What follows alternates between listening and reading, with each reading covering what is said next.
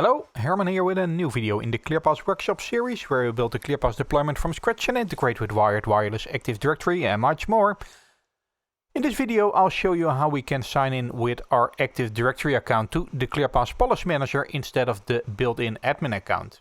So let me first sign off. And this is how I sign in till now. I'm using the username admin which came with the box, and I changed the password during the installation. But wouldn't it be better if we can use our AD account to sign in to the box? And let me show you in this video how to do it.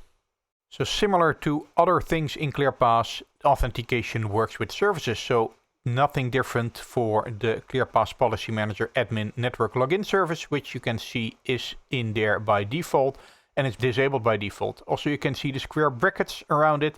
Square brackets mean that it's default, and I tend not to change anything to the default. So let me create a copy of this one because the basics are good. Then we can change the name. So let it be prepended with WS. So it's for our workshop. We know we changed it and we created it. And we can see there are default conditions, and basically it's a TAGX authentication from localhost, and that's what the admin login service is. Then in authentication, we can see there are two default authentication sources, so the local user repository and the admin user repository. The local user repository, I think you shouldn't be using it for the authentication of ClearPass, but the admin one, that may be a good one. So if we check under administration, user privileges, admin users, we can see that we have different admin users where we also can see the privilege level. And we have just one user, admin, which is the built-in one. And we could create other admins here, but wouldn't it be nice to use the AD? And we can do that. So let me remove the local user repository, put in the Aruba Lab AD, our AD server. And we can leave in the admin user repository. Then in our role mapping, we just take the same role mapping that we do for the .1x, because there we already have our group mapping. So our AD groups are mapped to a ClearPass role. So our workshop admins and our help desk get roles in ClearPass, and this is one of the reasons I love to use role mapping, because you can just reuse it for other purposes as well. Then in the enforcement we have the admin network logon policy, but let's create another one. So create our WS ClearPass admin. Let's set the default profile. Oh, let's first tick TAGX plus, then set our default profile to a deny profile. So if we do anything wrong, the default will be denied access. Let's put in a description, and we can go to our rules, and we just add the rules based on our tips role. So tips role equals WS admin. Then we return a super admin TAGX plus role. We can use the defaults here. I'll show you later on how you can see the roles. And let's for our help desk.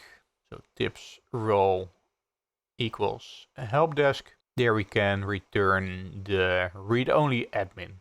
I'll show you later on why I take the read-only admin rather than the help desk one. Good, let's save this. Then we need to apply the enforcement policy to our service.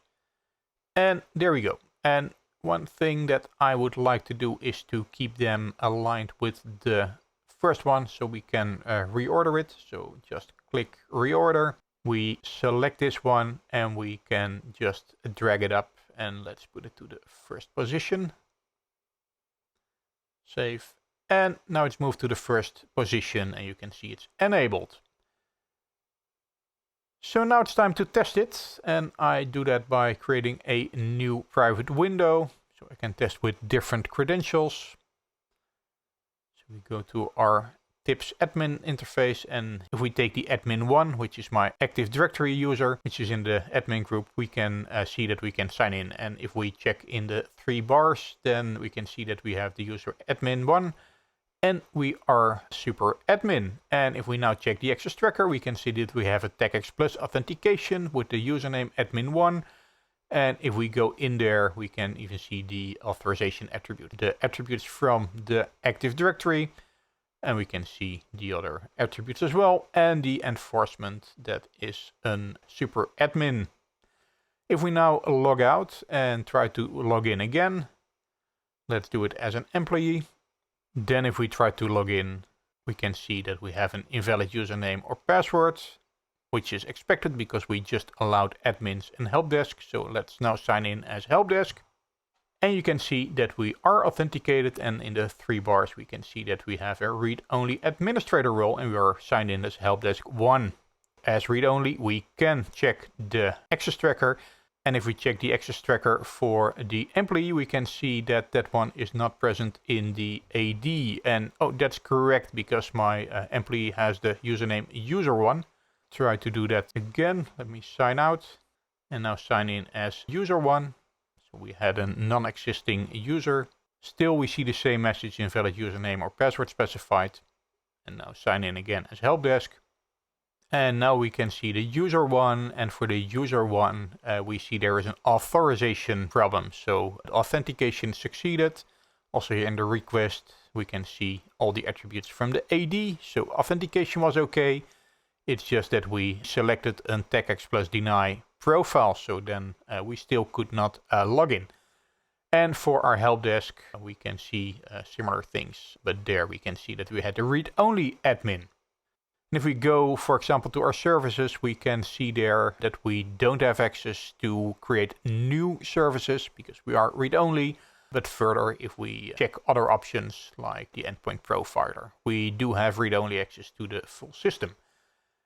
Now the next question is, how can we determine what users can do? And that's done under administration, user and privileges, the admin privileges. There we can see the different roles. So these are the ones that we were able to select.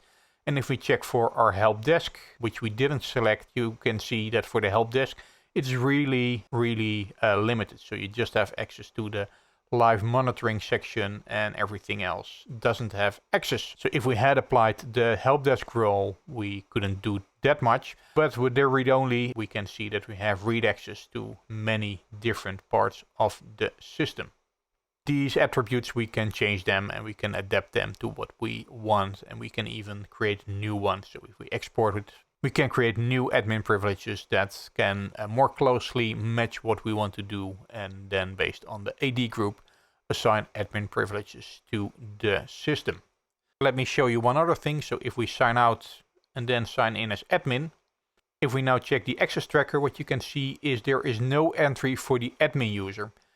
And that is because the admin user is a kind of override over all the authentication. So the admin user is tried before trying other authentication sources. This means that if you have an issue with the configuration of your Active Directory or your ClearPass authentication, then you still can sign in as admin. So that also means that the admin user, you don't see it in the access tracker when it's signed in. And that's something that some customers don't like. So the advice for security and auditing reasons could be to have a very strong random password for the admin user, put that somewhere in a secure place and use it only for emergency access, and only use other users, so either in the admin user repository as a fallback or in your Active Directory to do the authentication to your ClearPass Policy Manager, so you know who's logging into the ClearPass. You know that they have a password policy like in the Active Directory, and you know that if they leave the company for some reason, that they automatically get revoked from access to the ClearPass as well, because they cannot authenticate to the AD anymore. And you can easily add people in the groups in AD to give them access, or limited access, or full access to the ClearPass Policy Manager. And to be completely clear, it's not that the admin user is not logged anywhere. It's just not showing up in the access tracker. It is showing up in the event viewer, as you can see right here. So you'll always see admins logging into the ClearPass server, regardless what their account is. Hope this was useful. If so, please press the like button. And if you have questions, put them under the video as comments. As well, please subscribe to the channel to get notified for new videos in this ClearPass workshop series and the other videos on the channel. Thanks for watching.